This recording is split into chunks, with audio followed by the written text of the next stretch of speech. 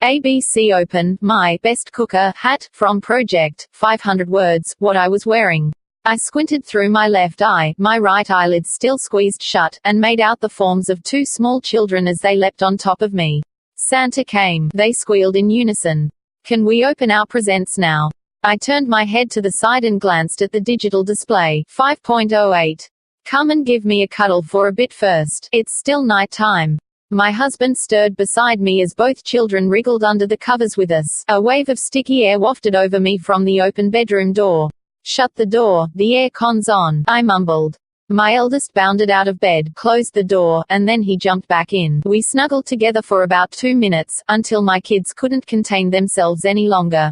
Daddy, is it present time yet? My youngest asked, prying his eyelid open.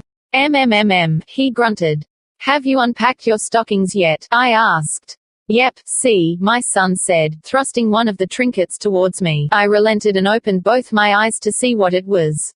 Come on then, we need to have breakfast first, and then we can do presents. The kids scrambled out of bed and raced to the kitchen. Hubby and I wandered out after them. Fruit Loops? I asked. Yes please. We sat together around the dining table and devoured our bowls of colorful cereal, our special treat reserved for major holidays and birthdays. Then, coffees in hand, hubby and I followed the kids into the lounge room. We each claimed a spot to sit and pile our presents. Can I be Santa's helper? My son asked.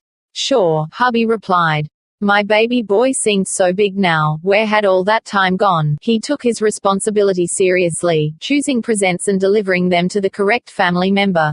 This one's for you, Mummy, he said, handing me an oblong package. Everyone watched on as I unwrapped the gift from my son and daughter. Hidden inside the bright wrapping was a crisp white chef's hat. I pulled it from the package and popped it on my head.